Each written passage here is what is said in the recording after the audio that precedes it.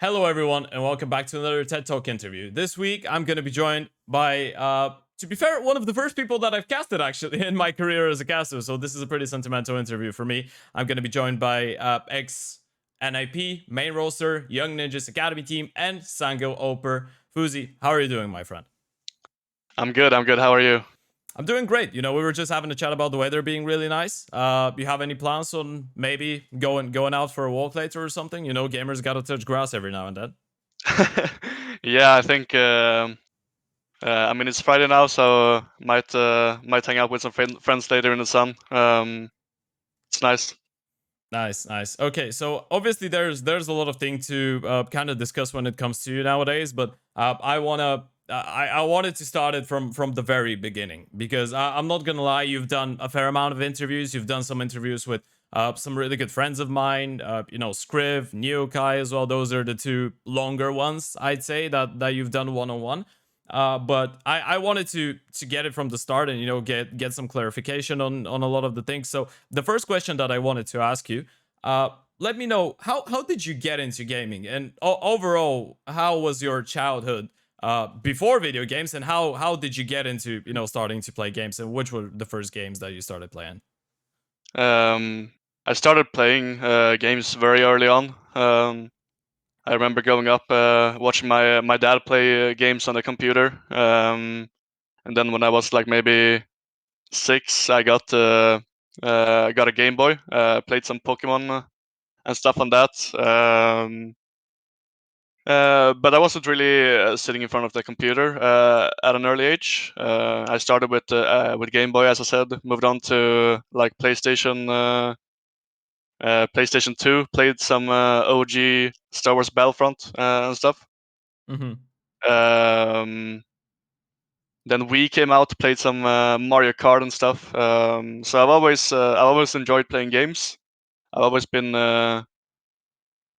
competitive while playing games as well. But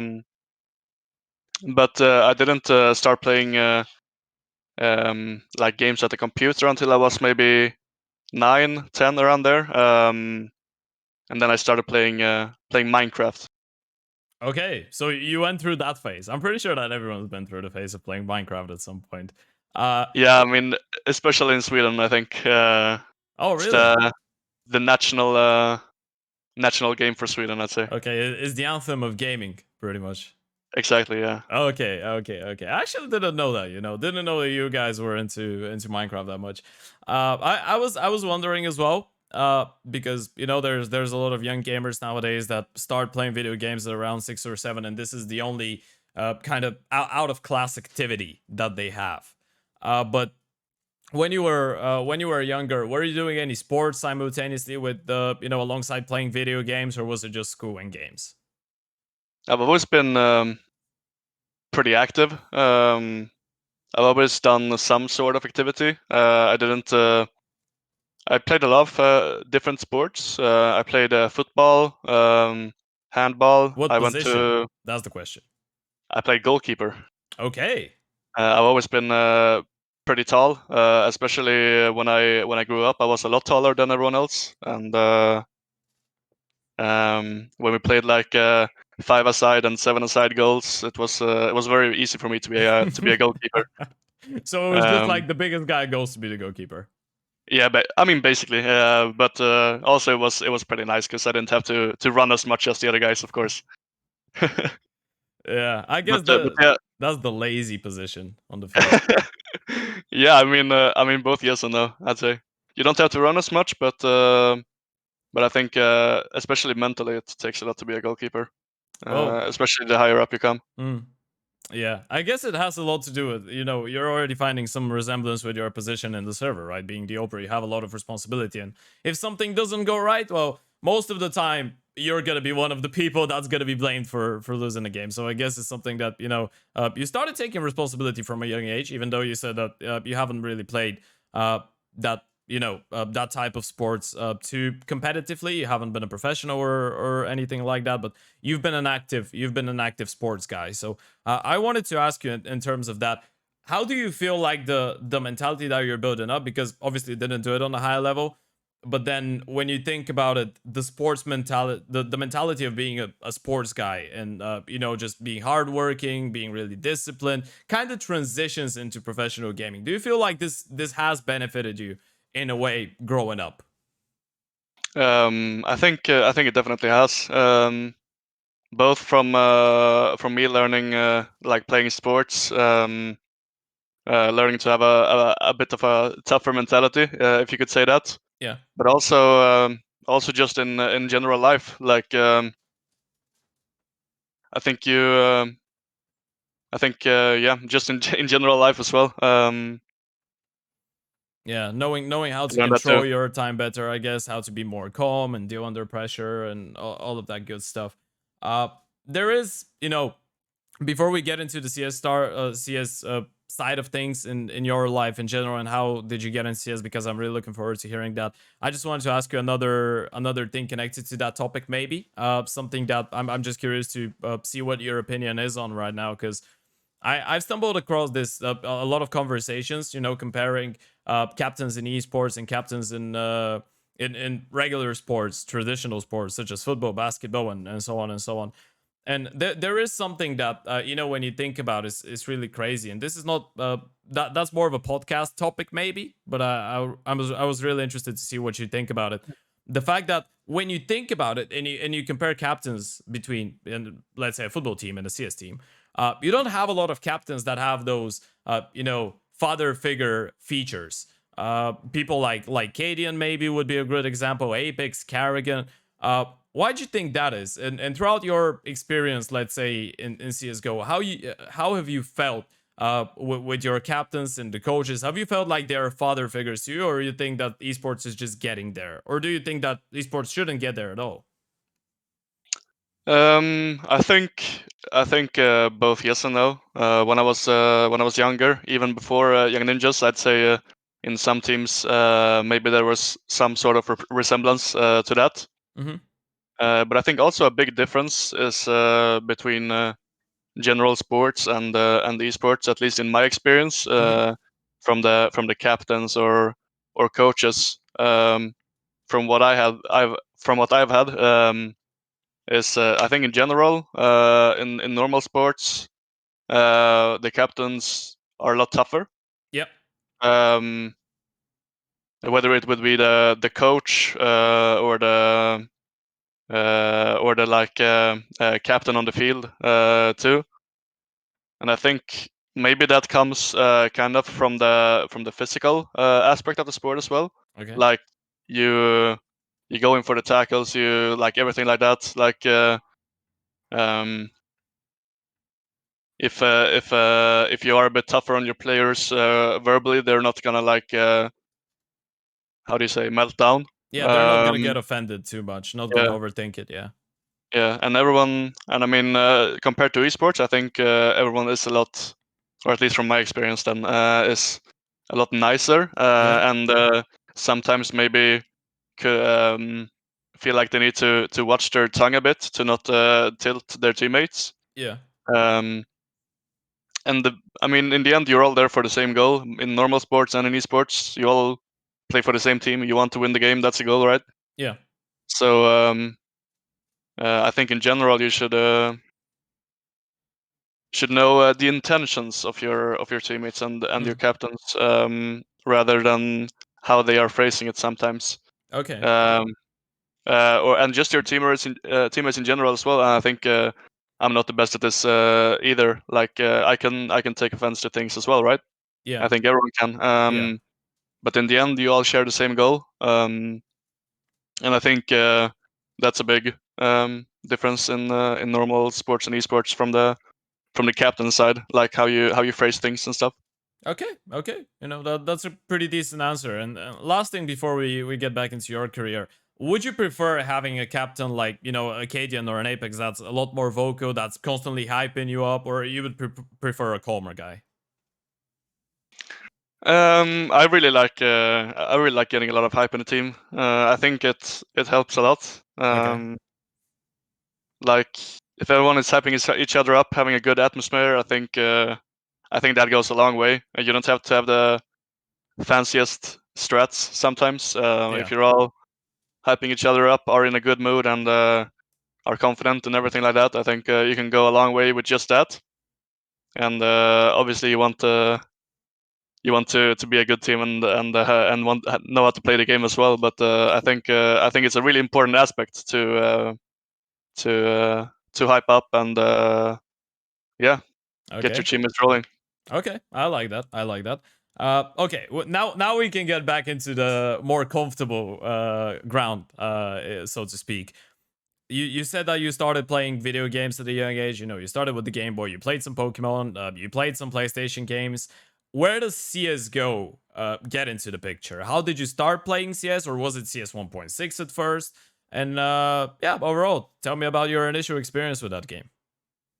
I started getting into FPS games by playing Team Fortress 2, Okay. and then I saw that all my friends from online and also a lot of friends of from school started playing CS:GO around like when I was 12, so like 2014, or a little bit before that. And my dad, I asked my dad if I could get this game CS:GO, and he said yes, but my mom didn't want me to play it because I was so young and there was blood and stuff.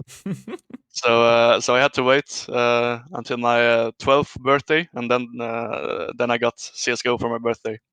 And before that, I watched my dad play it, sitting behind him, watched him play it, and got to try a little bit as well. If I was if mom wasn't home, for example, I could try playing around her too.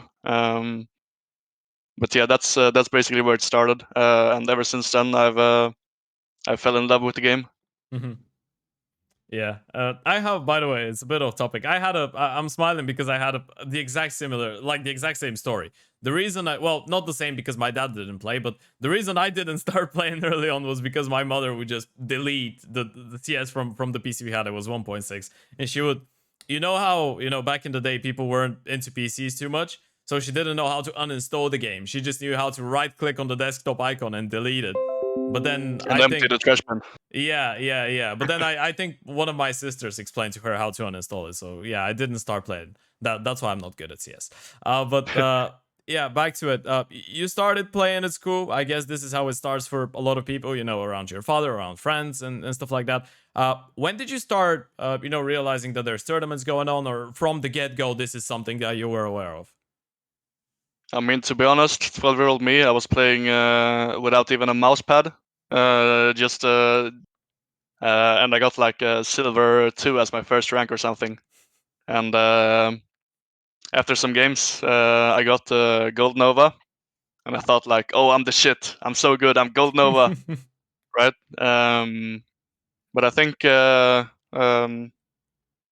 I reached like the higher matchmaking ranks, I started looking into tournaments, and I knew there was an esport aspect of it as well from before. Yeah, I played some Dota before and watched Dota esports, yeah, like the international and stuff like that. I was a bigger fan of the Alliance and Admiral Bulldog on his Nature's Prophet, of course.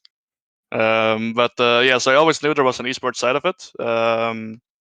And I started playing like some really small tournaments when I reached like the upper ranks of matchmaking. okay.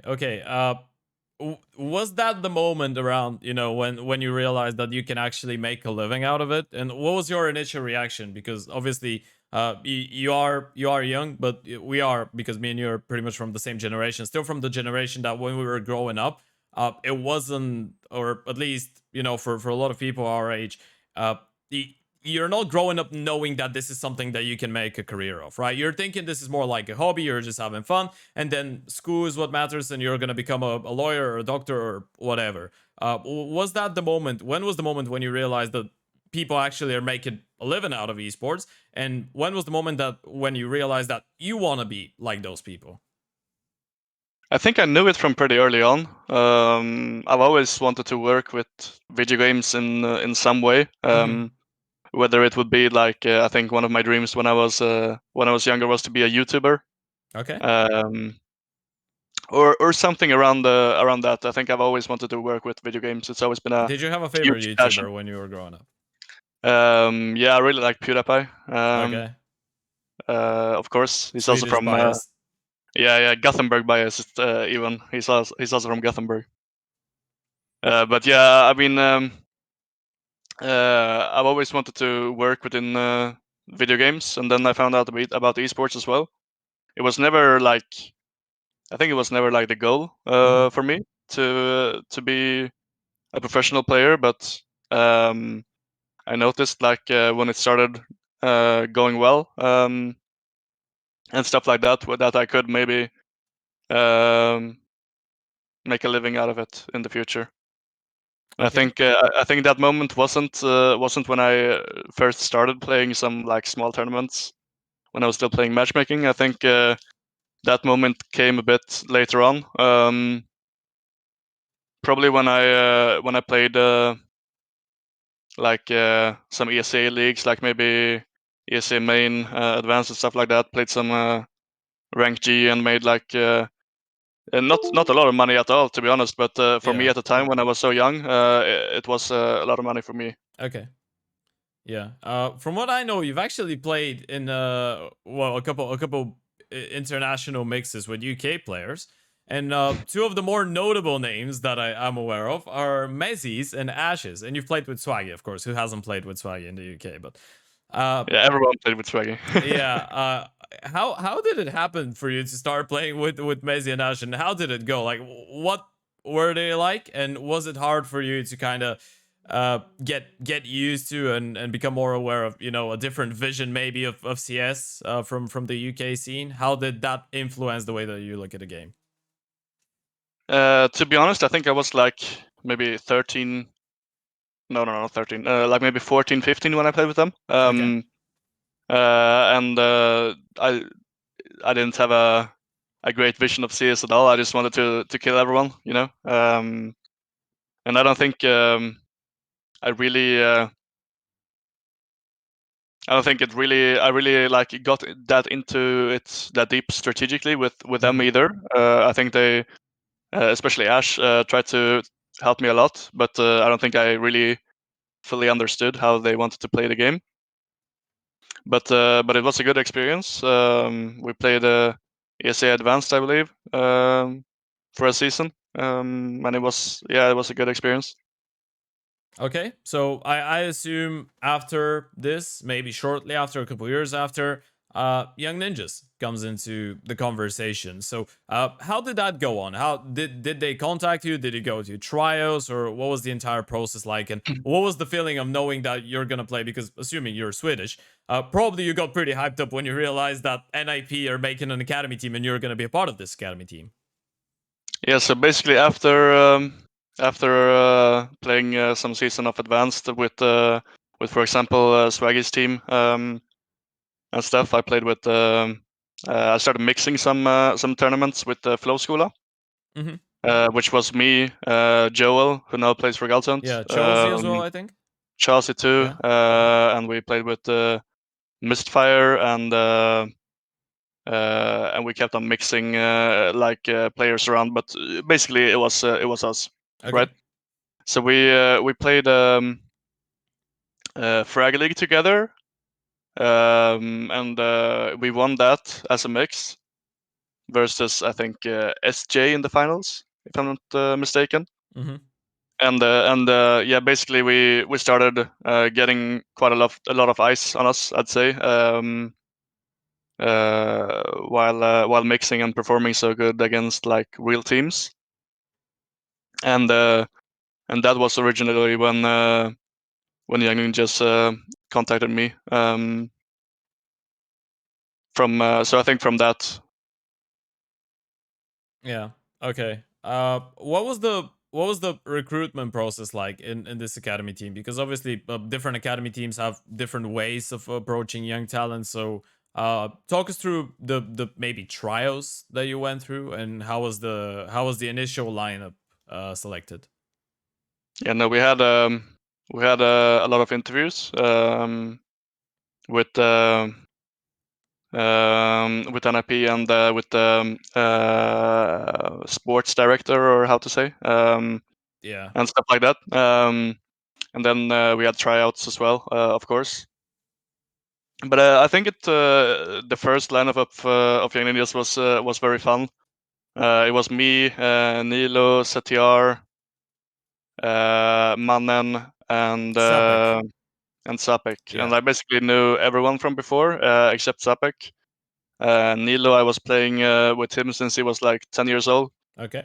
Like we were playing like a 10-man server, like in-house games, and I'd been on some local lands with CTR before. So I basically like knew everyone from before, and it was a really nice lineup. Okay, and what was the work process like when you joined the organization? Because obviously you guys can't take it as seriously as the first team, but I assume there was a big change between the way that you were looking at playing the game as soon as you signed with the Young Ninjas. Like you have a set schedule, you need to do that, you need to watch demos, you need to look at the first team a little bit more, try and learn, try and elevate your game. So how did you feel transitioning into trying to take things more seriously? And was there actually something that, if you were in control of the process of, getting a 5-man lineup like that with kids that have barely any experience and trying to show them how to play the game, was there something that, the organization's done that if you had the full control, you would have done differently? Um, how do you mean? I mean, maybe the way that you, I guess, form their contracts in a way that, how they work with the main team, maybe how they practice, what games they play, if they have sports psychologist sessions and stuff like that. Yeah, I mean we got a lot of help both from the main team. We got to practice versus them quite a bit, and had some different practices with them. We also got some help from both Threat, of course, which Hmm. was to a lot of help, and also the sports psychologist at the time as well, David.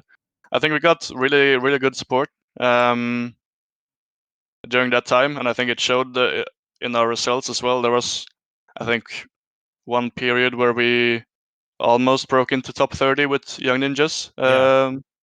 at the time, without, of course, playing the big tournaments, or not being able to qualify for the big tournaments. Um, so yeah, I think it was really good. I learned so much there, and I learned so much as well later on in the main team too. Hmm. So yeah, overall it was a very good experience. Yeah, getting into that, because obviously you join in the Young Ninjas Academy, you stay there for a little bit of time, then suddenly 8 or 9 months later, around the end of 2021, Device gets sick mid tournament. I am Winter, and they call you, and you go and play the semifinals of a tier 1 tournament out of nowhere. So, uh, how did you feel going into a tournament like that, knowing, I guess, when you're going mid tournament, there wasn't, well, not even mid tournament, towards the latter stages of the tournament, there wouldn't have been that much pressure on you going as a stand-in that late. So tell me about your initial reaction of when you received the phone call or the email or whatever it was, and they told you, "Hey man, yeah, we're waiting for you in Stockholm, so come over and play the semifinals and the finals with us." Yeah, I think they called me at around like 6 or 7 in the afternoon, Mm. and I took the train that night, I believe, and then played the game the day after. But if I remember correctly, but I think going into that game and that tournament, I don't think I've ever been as confident, to be honest. Really? I felt no pressure at all, because I mean, who would have any expectations on both us as a team with, but also me with the circumstances. So I just wanted to go in and shoot some people, win some games, you know. Yeah, and I was wondering about, how was there a lot of mind process going on, like a lot of thoughts going through your head when you received that call, or was it you just being like, okay, I knew this was a possibility, I knew that the time was coming, because a couple of the guys, ZTR, LNZ, they already had their chances to play with the main team. So were you kind of expecting it and didn't get that hyped up? Or was it like one of those phone calls that you get and you just run into the other room and scream at your dad, I'm going to play a tier 1 tournament with the main team? Um, no, I don't think I expected it at all. Especially after they picked up Device, I didn't really think it was a possibility for me to play with the main roster in the near future. Um, but uh, but yeah, obviously I was very excited as well, but I didn't really have time to let out that excitement. I feel like since I had to play so soon. So I don't think I could let it out really. But yeah, I was very excited. Okay, and how did you feel? Because obviously you play that tournament, then you go home, you play a little bit more with the young ninjas, and then Device started having his personal issues that stopped him from participating in the tournament. So you get called up. You play Katowice.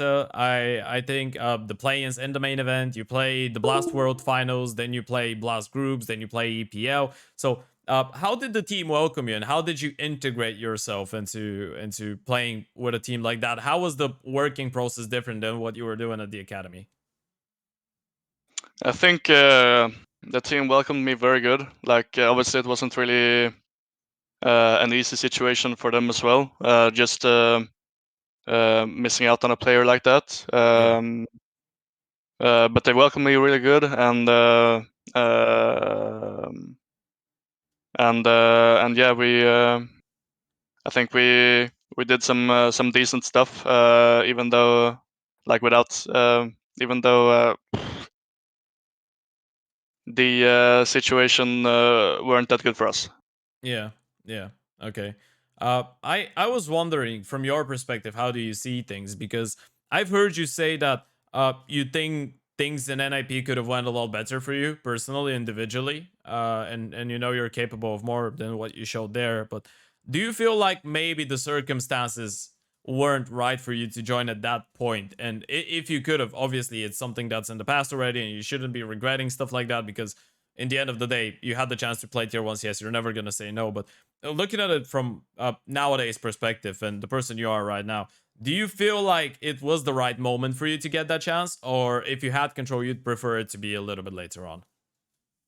I think it was a great opportunity, even though I might not have performed as well as I know I can, or performed as how I would want to. I learned so much while being there, and just that in itself is worth a lot. Not many players get the chance to stand in for a tier 1 team, especially for not for so long as I did.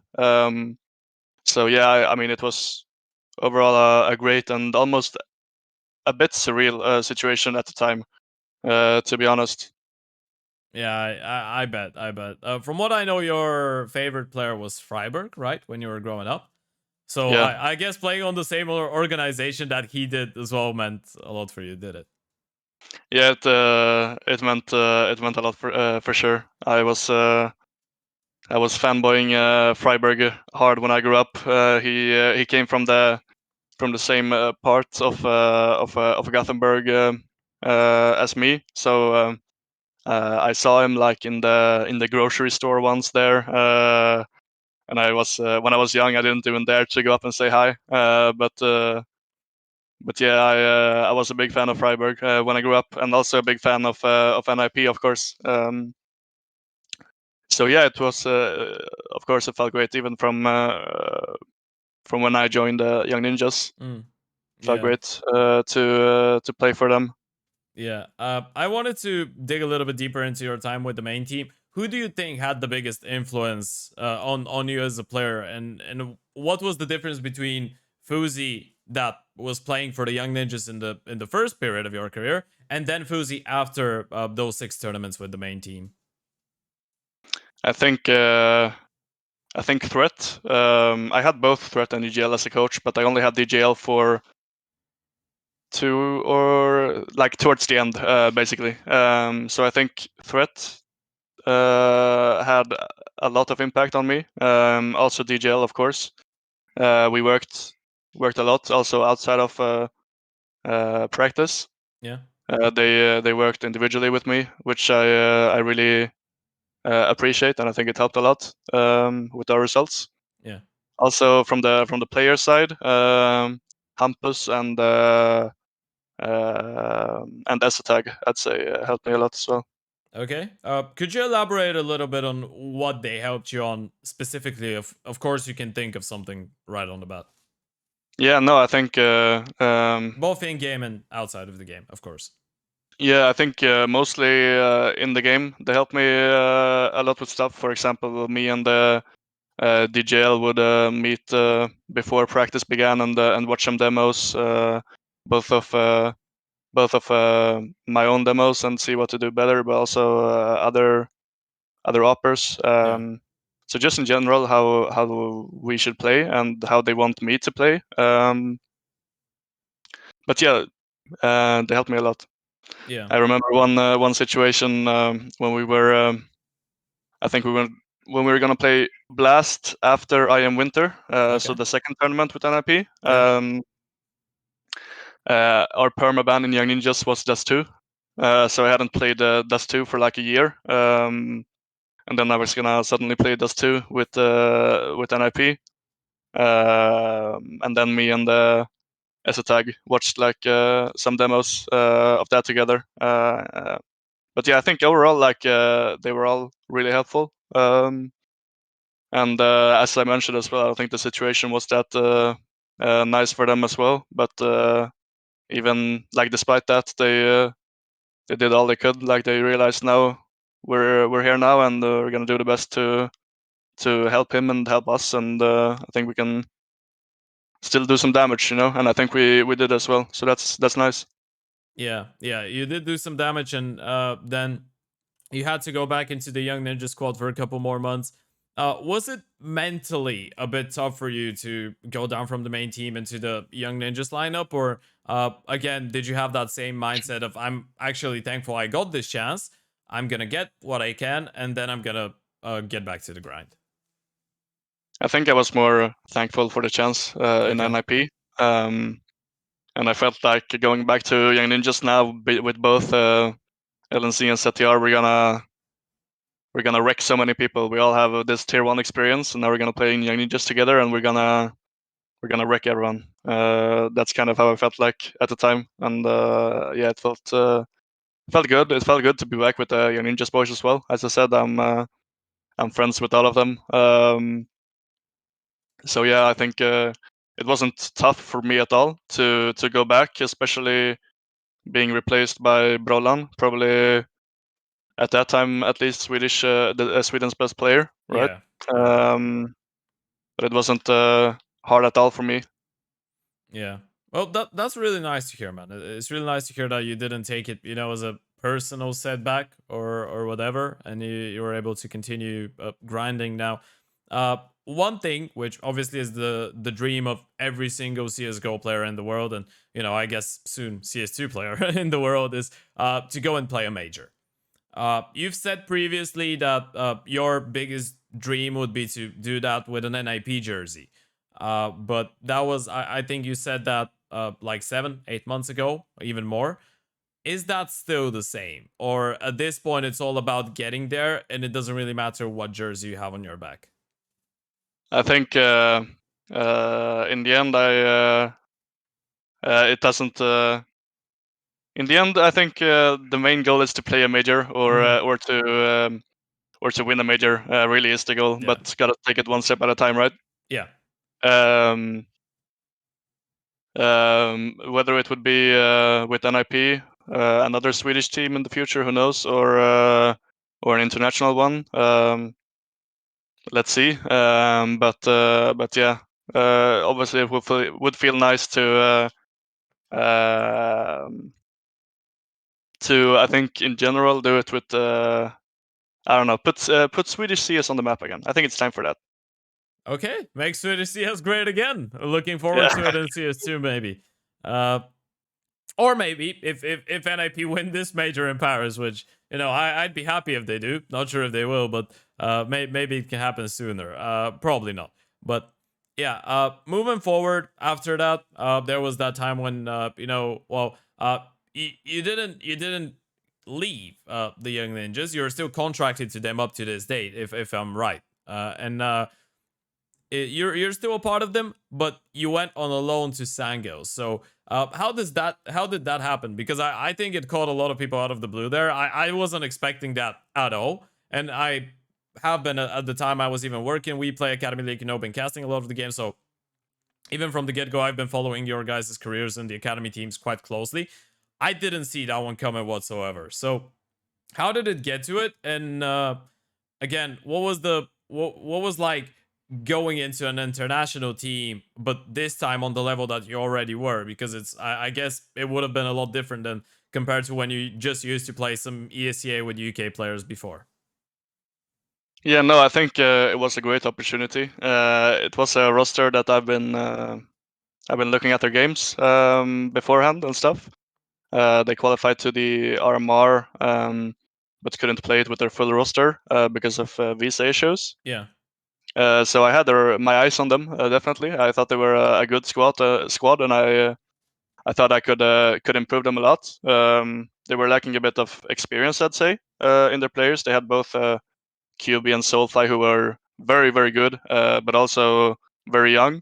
Mm-hmm. So I think I came in there with some needed experience, and even from the start, it went fantastically with Sangal. Yeah. You qualified. I mean, you qualified for the first possible RMR that you could have just a couple weeks after you joined. Before we get into that, though, did you feel like there was a difference in the way that you were seeing the game and the mentality that you had towards the game compared to those guys?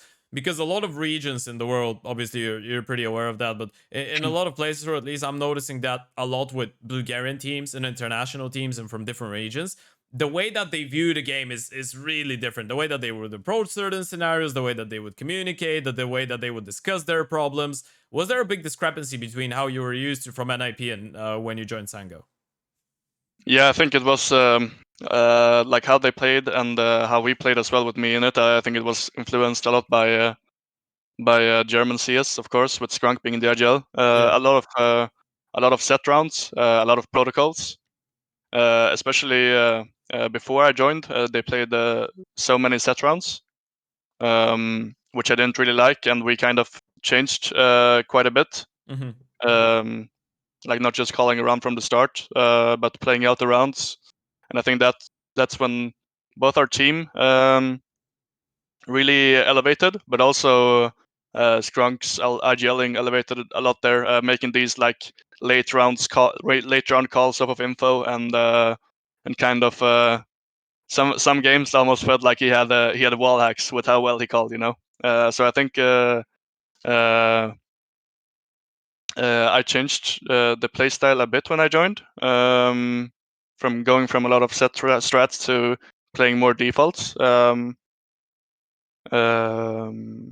so I think it was a good combination of both. I noticed, as I said, like I noticed they played very different from what I was used to, Mm-hmm. especially from like before I joined. But then I think we got a really good mixture of both having a lot of protocols how to do in certain situations, and also some good set strats that you can always fall back to, Yeah. but also playing default and yeah, playing out the rounds, playing out the time. I think we got a really good combination of everything. Okay, I wanted to ask you about that because this has been, I guess, this has been a topic that's always interested me. I like to specialize in, looking at a lot of opers. Is it hard to find a shared language, I guess, and share the same ideas, be on the same page with your IGO? Because obviously, you as an oper, as you said, you have a massive impact, and maybe if you change an entry or an anchor, the team and the identity of the team doesn't really change, right? He can just fit into the structure. But with an Oper, especially when the Oper has a pretty I'd say, clear idea on how they want to approach the game and how they're comfortable, it could sometimes prove to be quite challenging to, coordinate that with the IGO and the coach. Yeah, and I think a lot of times teams structure it differently. Like if you look at, for example, let's say Navi, Yeah. I think they're playing around simple a lot. Mm-hmm. And if you look at maybe let's say FaZe, I think Brokey is Playing around the playing team. around his team a lot. Okay. So I think a lot of teams do it differently. What do you And I think is don't think better? it's hard to say, but I think and what I like to do more is for the opera to play around the team more. For example, maybe leaving the op somewhere and letting the rifles play aggressively on the other side of the map, or maybe the opper setting up his team with flashes or whatever. Okay. Right, but I think in general. The threat of there being an op somewhere on the map is sometimes even more useful than getting an entry, Mm-hmm. even because the enemy like waste more nades and stuff if they don't know where you are all the time, right? Yeah. Yeah. Okay. Um, and if you like if yeah, in general the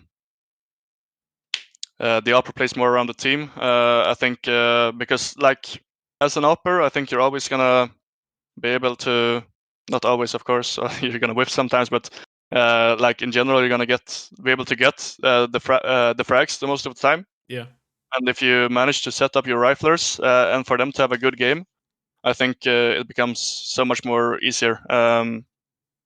And you have of course the best gun in the game as an upper. You have the most expensive gun in the game, so you gotta be useful with it, of course. Yeah.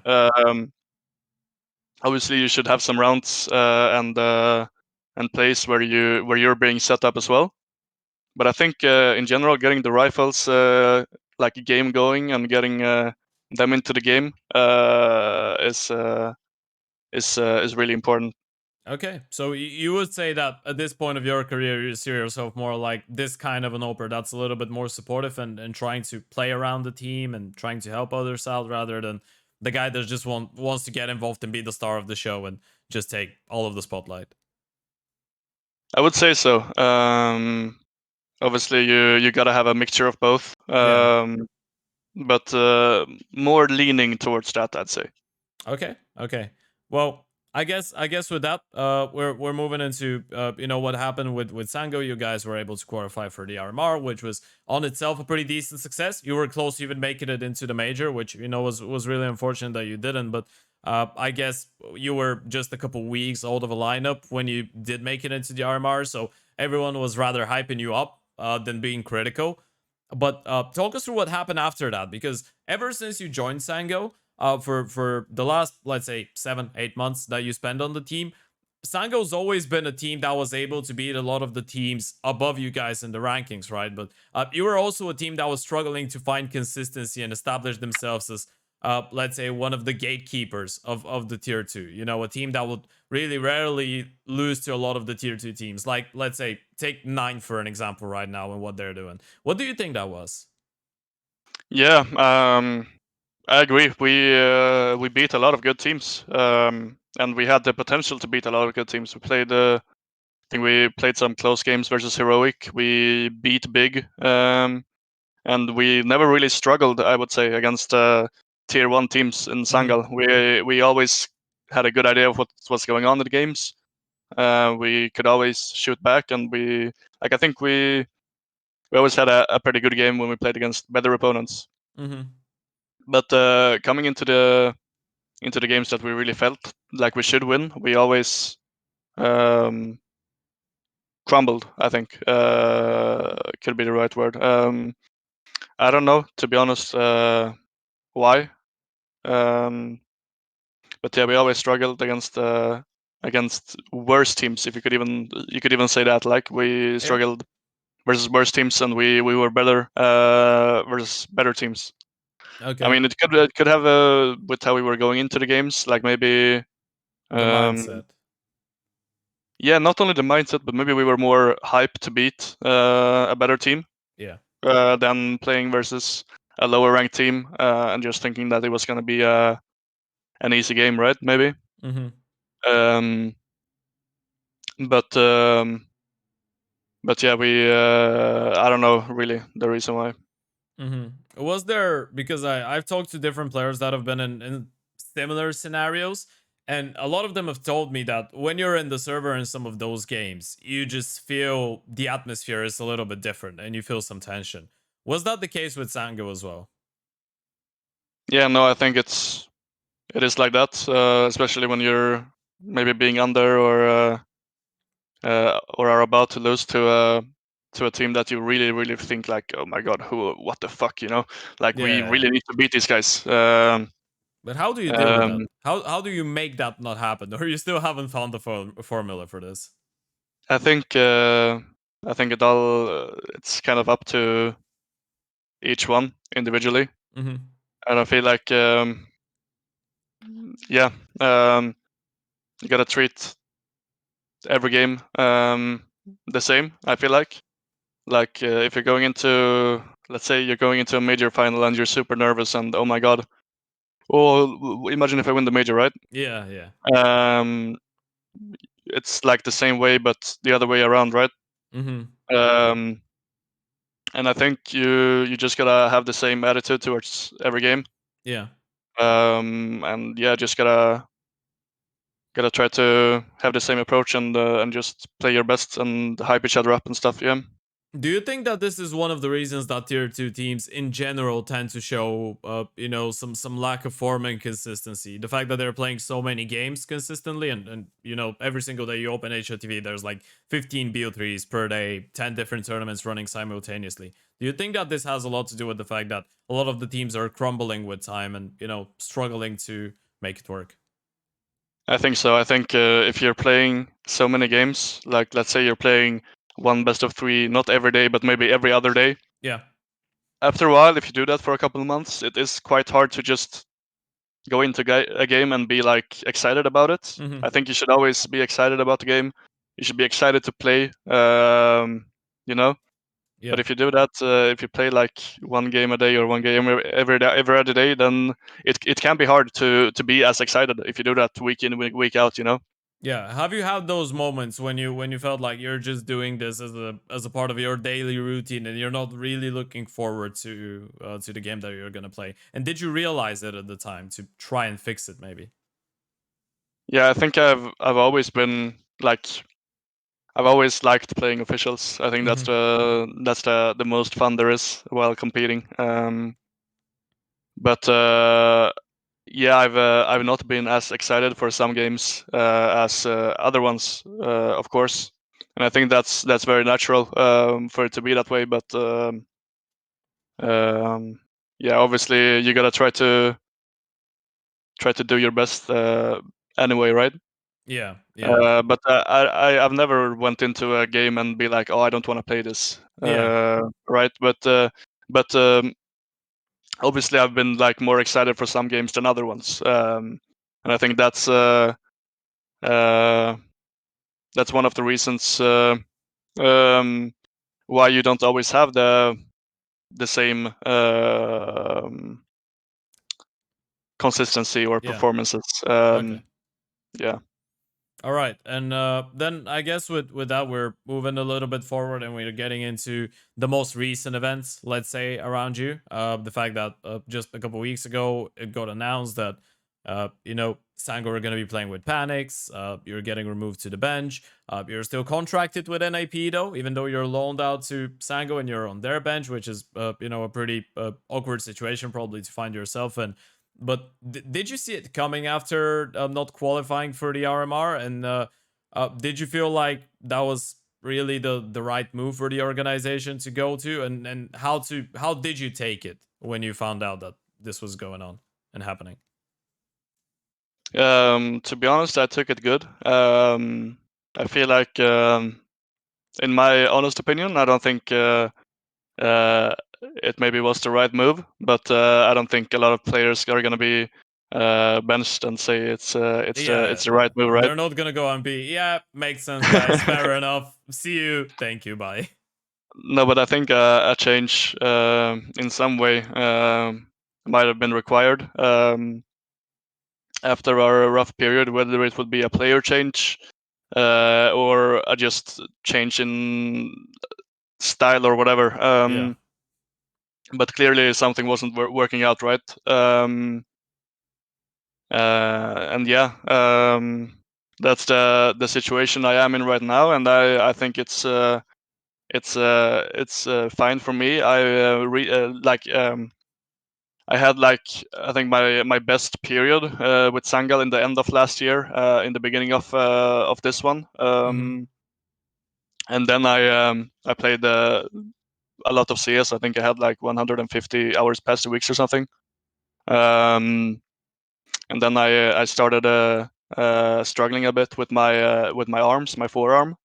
Um, had some trouble with my nerves in my arm, so I Mm-hmm. couldn't play as much. Started seeing like A doctor.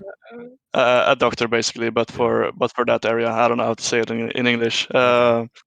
And it's basically Physiotherapist, I guess, maybe. yeah, physiotherapist exactly, Yeah. yeah, something like that. And it's basically fixed right now. But I think it's to be honest, it was kind of a good period for me as well to take a little bit of a break Yeah. with all that happening and get that stuff sorted, get that fixed. But it was a very unfortunate timing, I think, when it happened. I think I played really good, Mm-hmm. and then that happened. I couldn't really play as much, and I dipped a bit in form. Yeah. Um, but yeah, I think as I said, it's almost fully solved now, and I'm really happy for that. I got a lot of good help from my doctor, and yeah, I'm excited to start playing again. Okay, happy to hear that. And I'm wondering, what is next for phzy now? So, do you see yourself getting into a new team for CS:GO, or you're gonna wait out for the summer break and just jump into a project for CS2? And obviously you can't leak anything that hasn't been announced, but has there already been some discussions going about your future with probably a team? Yeah, to say I can't say too much. Obviously, there's been some discussions, of course. Okay. But we'll see what happens. I'm very excited for CS2. I got the beta pretty quick, Yeah. and What'd you think about it? I think it's a breath of fresh air. Mm-hmm. I think it's nice when we've been playing the same game now for like I mean the game has been out now for like 11 years, right? I've been playing the game for like 9 years consistently, and there hasn't been that much changed. I think it's yeah, it's a breath of fresh air, and I mean I can't talk too much about it. I haven't played it that much. There's only one map, you know. Yeah. Not so fun to just play Dust 2 day in day out, even though. But like it's not that different from CS:GO, which is really important. I think it's Mm-hmm. nice that it's not that different, Yeah, but saving still the pretty identity. yeah, saving the identity, but still making it a bit different, which is nice, I think. What'd you think about the change in movement? Considering you're an oper, the movement is a bit more wood, and I think I had I've heard Cirque talk about it a lot, and he wasn't a big fan of the movement. But there's been a couple changes that I guess you can give us your opinion on. The gaps in the smoke, the fact that you can blow it off with an HE, the movement. What'd you think about those? I think the movement is super trash right now, but Yeah, honestly, I don't know. It could be as well because I mean there's only matchmaking servers you can play on right now. yeah, And like the movement in CS:GO on matchmaking servers compared to 128 tick servers are like it's two different so games. yeah, it's two different games, right? Yeah. So I don't think you can judge that too much right now. The Mm-hmm. movement, we'll have to wait and see when third-party services like Faceit or something like that launch CS2 servers and stuff like that, or maybe when the game launches fully by itself, right? But I agree. Right now, the movement feels very off. But I think it might get fixed, and it might just be a server issue as well, for the most part. And Okay. I think nading in smokes and stuff, I don't think it's gonna be that much of a difference, to be honest. Mhm. Like obviously, you're gonna have to think about it, and there's gonna be, let's say on those two, I think you only need one smoke now to cross from long to A site. So I think it's even gonna be easier now. Like sure, you can nade a smoke, but you can just throw one smoke. Don't go with it. Maybe they use their nades, stuff like that. You know. Yeah. Yeah. It's gonna be a lot more stuff like that, like bait smokes. I think. I mean, just taking those two as an example, because that's the only thing we got right. But just having to use one smoke to cross long to A site is a bigger change than being to nade, than being able to nade the smoke. I think. Yeah. Um, just on that map, at least I'd say. Yeah. But it's a fun feature. I don't think it's gonna change that much, but it's a fun feature, and it might prevent a little bit about games being too stale. Like you always want to wait out the smokes, Yeah. always Yeah. want to wait out the nades, Could right? be a But bit now more you can, dynamic.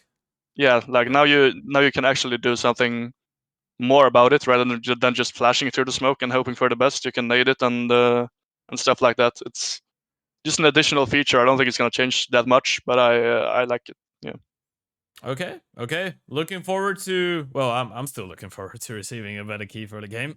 Cough. But yeah, looking forward to seeing what you do in CS2. Maybe CS:GO. You know, there's still a little bit of time, but a lot of it has been you know, kind of determined by the major that's coming up next month. And just real quick, something that you know I wanted to get your thoughts on. Who do you think is winning the major, and who do you want to win the major? Because I assume that you know a lot of the time the two answers are quite different. Yeah, I really want NIP to win the major, of course. Um, Also, I really like Furia as a team. I think they're all great guys, and it will be fun to see them winning the major as well. And who I think will win the major is a really tough question. I don't think Navi will win it. Okay, Actually, I don't think G2 will win it either. I think it might be up to Heroic or FaZe. you're not putting vitality in the conversation. I see. No, I mean they're always in the conversation, right? They're really good as well, and they have a lot of insane players that can just change the course of a game, right? Mm-hmm. Um, I mean, same with G2, of course, as well. They have like such firepower, right? Okay. But I think Heroic after the last major, you know, didn't really almost took it home, you know, but and they were so close, but didn't really take it home. Now it's their last chance in CS:GO, and I think after their last major performance, and knowing Cajun and how much he's he's hyping the boys up, and how much they will be motivated, Yeah. I think they might take it home. Yeah, well, as Kadian said, the last time they lost the final in Rio, they won the tournament after that. And, you know, judging by the way that they were partying after second place, imagine how they would be partying if they actually won the last CSGO major. That would be crazy. But yeah, with that being said, thank you a lot for joining me. I guess that this was enough of a conversation. It's nearly 1 hour. I just looked at it. I'm not gonna lie, didn't really feel like it was a 1 hour because it was a really, really good talk. Always pleasure. I'm not sure you're not streaming regularly anymore, but I guess people can still follow you on Twitch. Every now and then you're going live, if I'm not mistaken. Yeah, every now and then I go live. Might even be more now when I have more time over. We'll see. Yeah, but that's phzy CS as well, right? Yeah, I think it's phzy CS on both Twitch and Twitter, if I'm not mistaken. Okay, then you can follow him on Twitter and on Twitch, and it's right below his camera. But thank you again for joining me, man. It was a big pleasure. Thank you. Thanks for having me. It's been great.